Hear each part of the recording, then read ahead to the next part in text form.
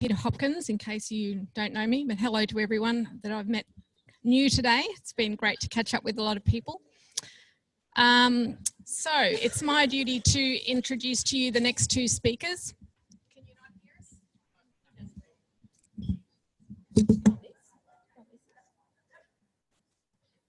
Is that one working better? Excellent. Okay, so it's my pleasure to introduce the two speakers for our next session. We are running a little bit behind schedule, but I've been asked to reassure you that dinner is not until, was it 6:30? Yeah. 6:30, so we'll be finishing around 5:30, so there'll still be an hour of time, so don't panic about that. So our first speaker in this last session is Stacey van Groll.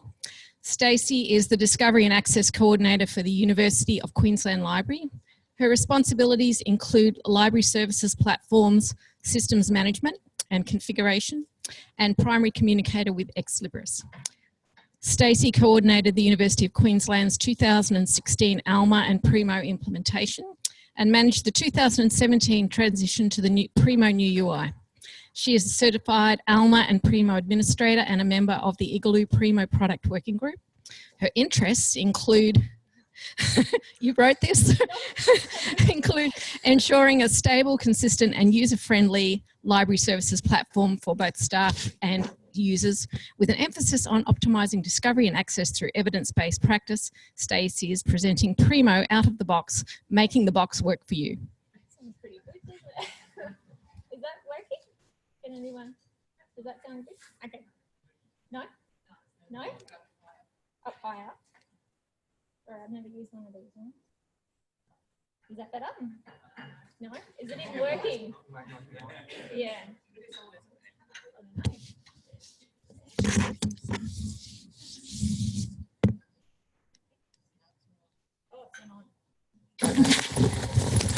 How's that? Oh, yeah.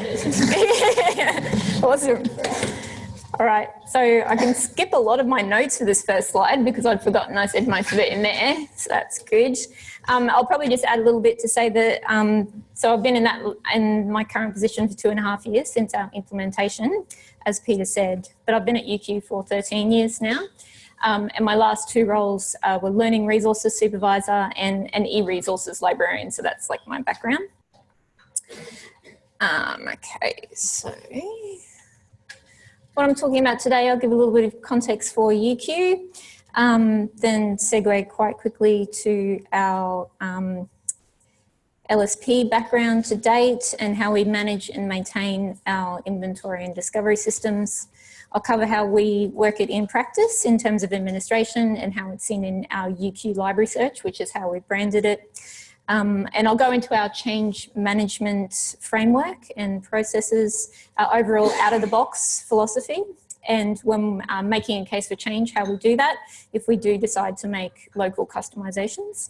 And along the way, I'll share some of my lessons learned, tips and tricks as a byproduct of our experiences and share some examples of applying our out-of-the-box philosophy. So this is just a snapshot of our UQ community from ALMA, so almost 78,000 users. Not unexpectedly, the biggest wedge there is the UQ undergrads, so there's about 30,000 of them, of about 50,000 total students. They come in through the SINET enrolment system. Then our next big grouping, we group our users into 3 groups of students, staff and what we call extramurals.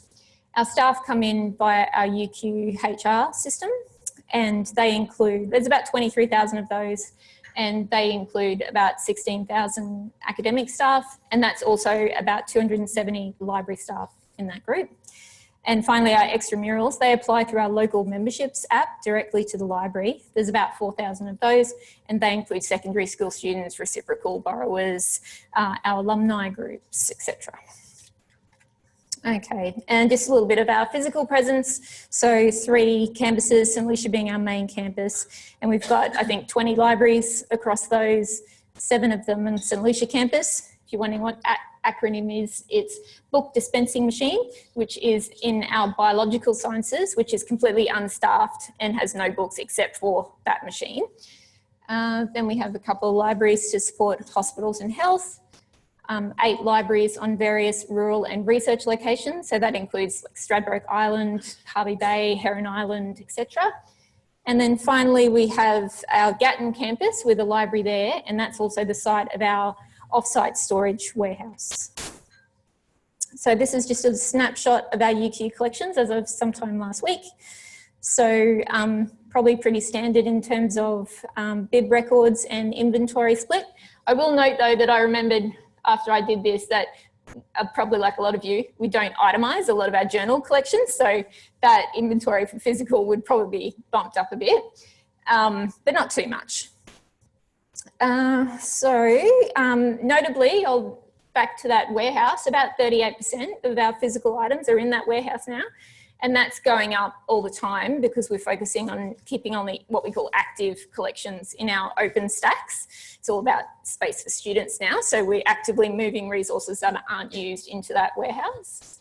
And then the next biggest is about 28% in our social sciences library on the St. Lucia campus. And you can see that that's because the physical collections aren't highly used, and that's a trend across the industry. But we've got massive use of our electronic resources through the link resolver, and about 90% through Primo Central, with the other usual suspects, you know, Google, Scopus, PubMed, etc. We've got a couple of piped in collections from our UQ eSpace institutional repository.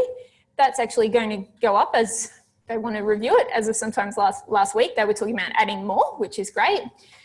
So basically it's just our key collections at the moment that we wanted to highlight in Primo as another discovery point.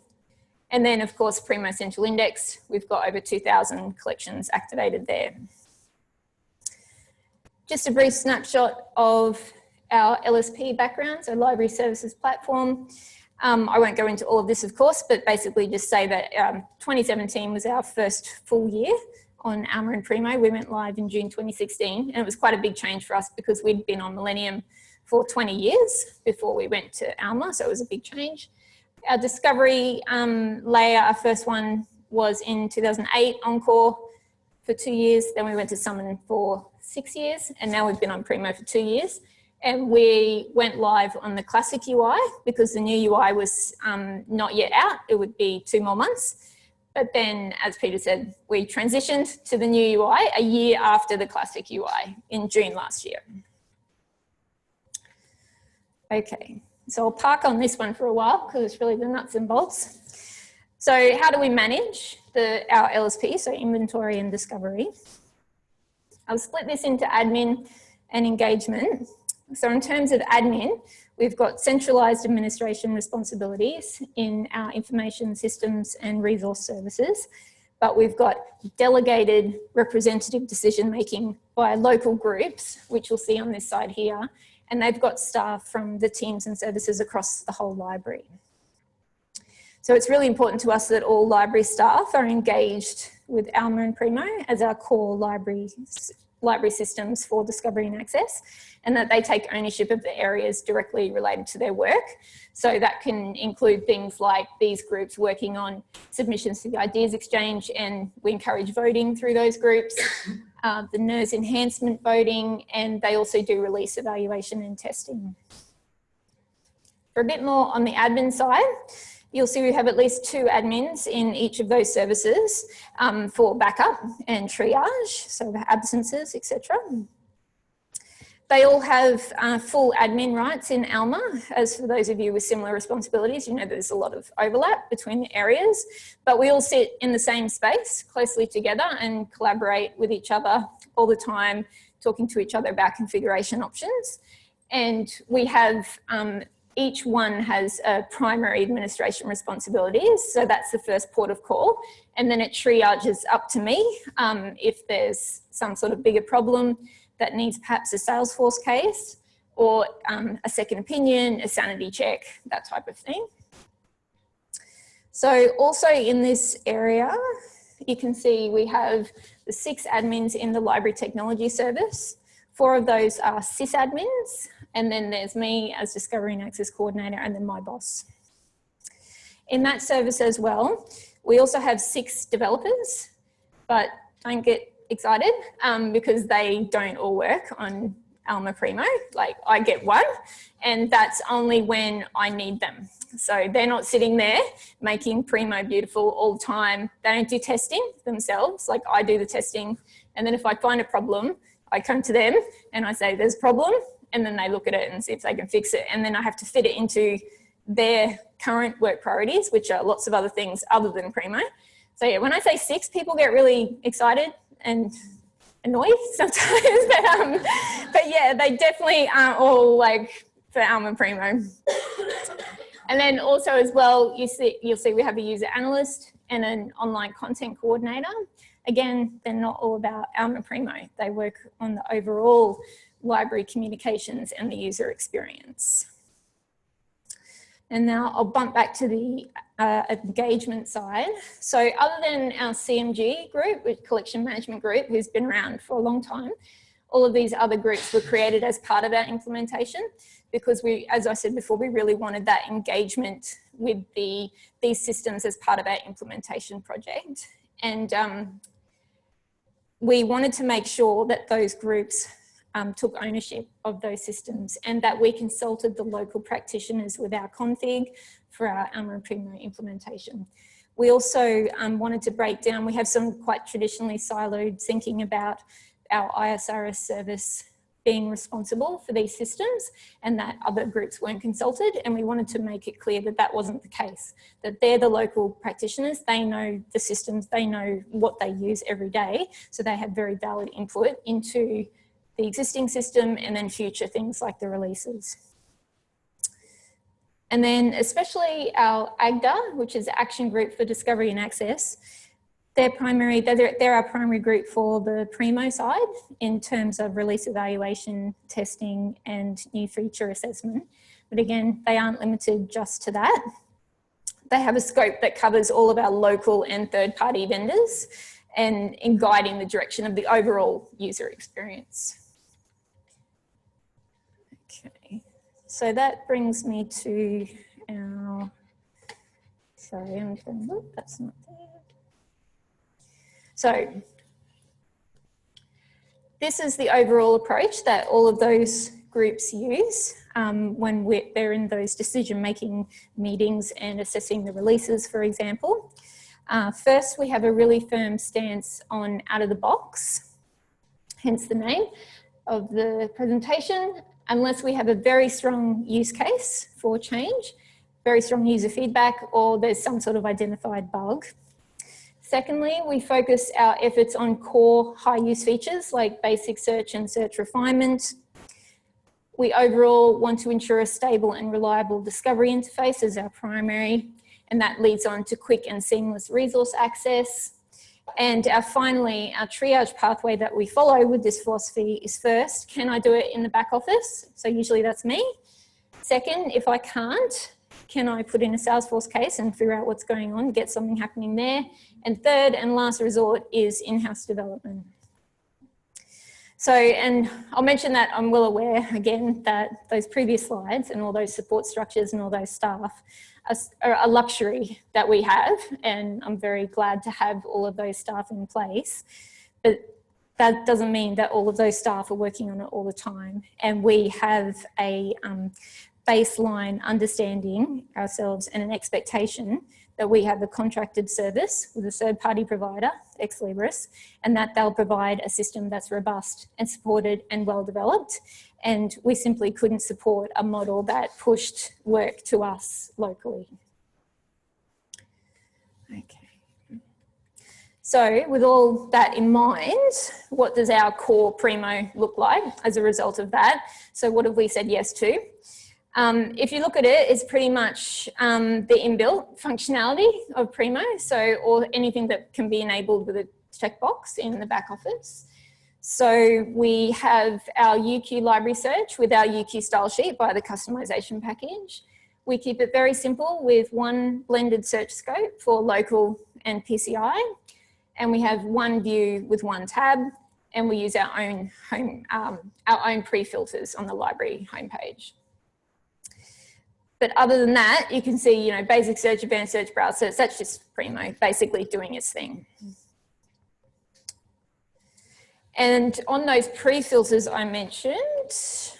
So that's just a bit of an overview of our library homepage. So some of these pre-filters, part of the reason we do this is because some of them point to resources other than Primo.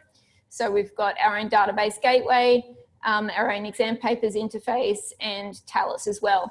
But overall, it's what you expect. Users just stick with the default search. Okay, and then following on from that, what have we said no to? So a lot of this, you'll see are features that are not so easily enabled, and then also not so easily perhaps managed on an ongoing basis. Some of them are there though as well for continuity. Like for example, we didn't have the journals A to Z on Summon, and we didn't really see a good use case for it on Primo, so we haven't enabled that. Some of them are there because they're unnecessary with other configuration. Like for example, you don't need featured results if you have a blended search scope, you just have one. Some of them are there because we decided, or we assessed them and we decided it wasn't a good user experience, or it would have an unreasonably high troubleshooting need, like the EBSCO API, no way. And that proactive PCI policy covers us for that with the alternate coverage list, pretty much. Some other things don't really fit into our current workflow with our hierarchy, for example, with our liaison librarians doing purchasing, so we don't have purchase requests in Primo. And other things we didn't really see a use case for in our academic environment, such as tags and reviews. We're eagerly awaiting some of the things at the bottom, like the database search. We're wanting our subject categories in for that. So we're really hoping that will come in sooner rather than later, but I think it's November now. Damn it. Because we have a local database gateway that we're maintaining in the interim. And then we're testing some of the May release changes there.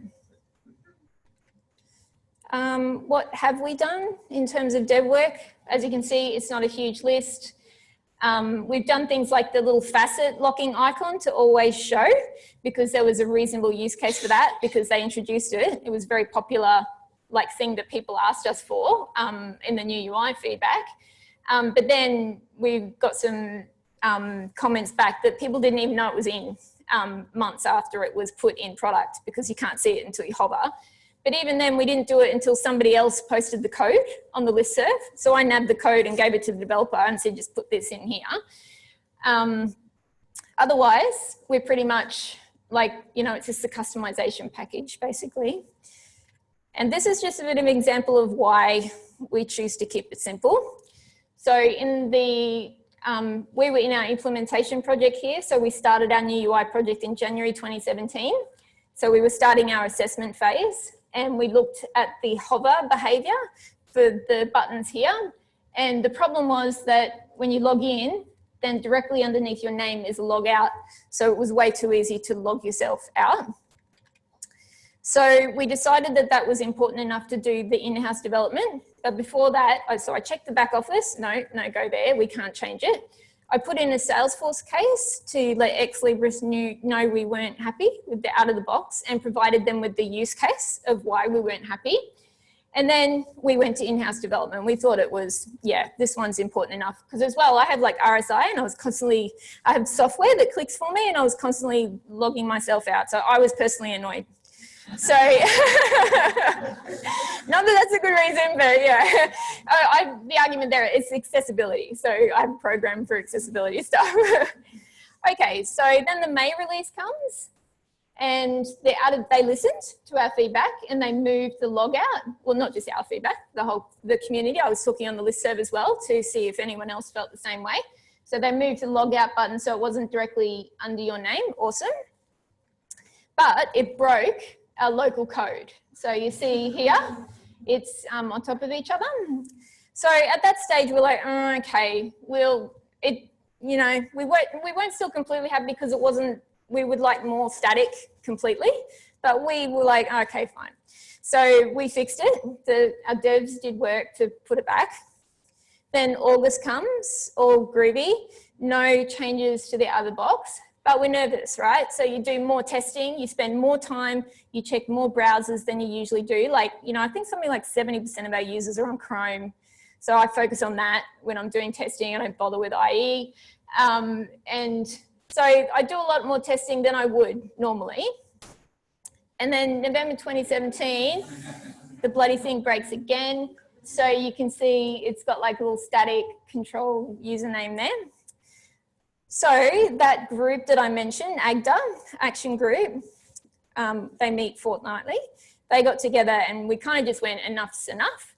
We reviewed what they'd done in May and said, you know, did it meet the use case? Yeah, pretty much. And now we've had 2 instances where it's broken, where our devs have had to spend time to fix it. So we're going back to the out of the box. And then this is a very boring slide, but I love it because we've had 2 releases where we didn't have to do, nothing broke. And I can spend my time testing other things and making other things sure everything's groovy. So, you know, it seems minor, but it's a pretty good example of like things that we just don't want to be doing. We don't want to be doing all this extra testing. But we really do like being on the back office because when we do want to make a change, we have the option to do so if we want to. Then it just comes down to things like this. How do you decide when you really need to make a change? So what are the drivers for that change and are there good use cases behind that?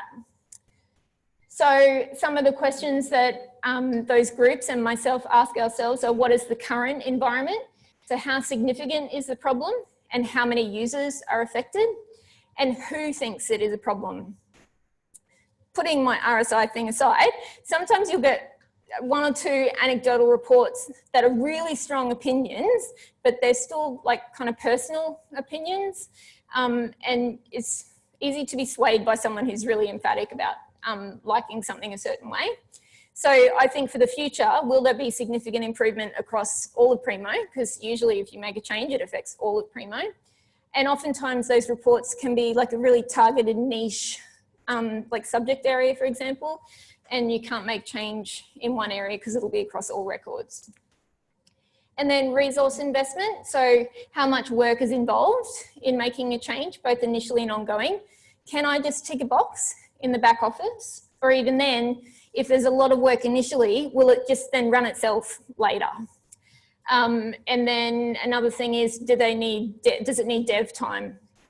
So if you want to do something, you test it out and then like it's wrapping weird or it's not picking up our style sheet properly. So we have to fix that. So a better option really is in product. Is there existing functionality we're not using yet that might meet the need? If not, is it on the roadmap? And if it is, can we wait? And then can we try and get it on the roadmap? But then again, you wait.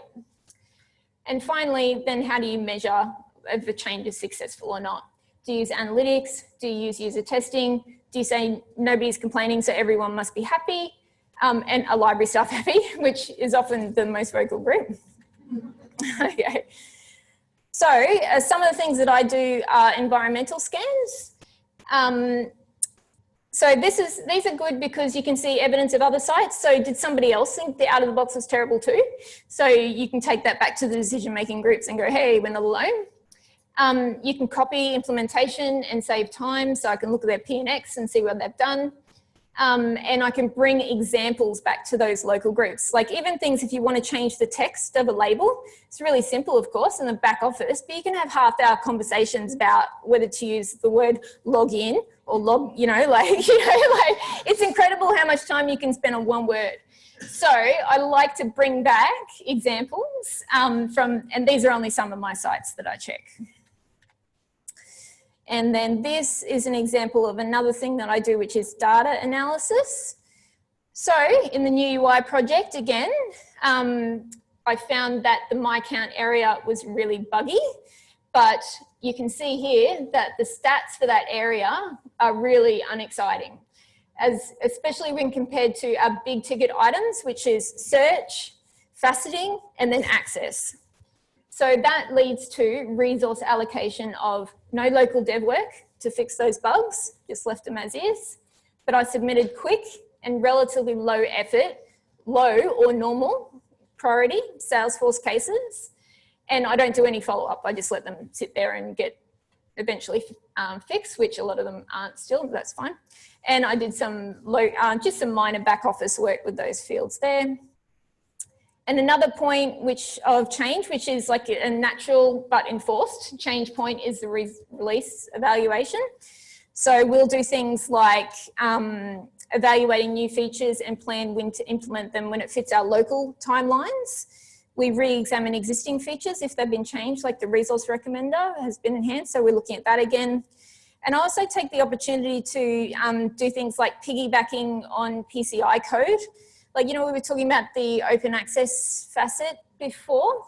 So I've put that into, I looked at the PNX and figured out how they were putting it into the PCI records so that you could see the peer reviewed, which actually came in February, and then the open access. So I thought, oh, while I'm there doing the open access, I did the peer reviewed ones as well. So I've added them to our UQ eSpace records. So about 19,000 of those 35,000 have open access, and that's based on double and core, identify link type full text is what I grabbed for that.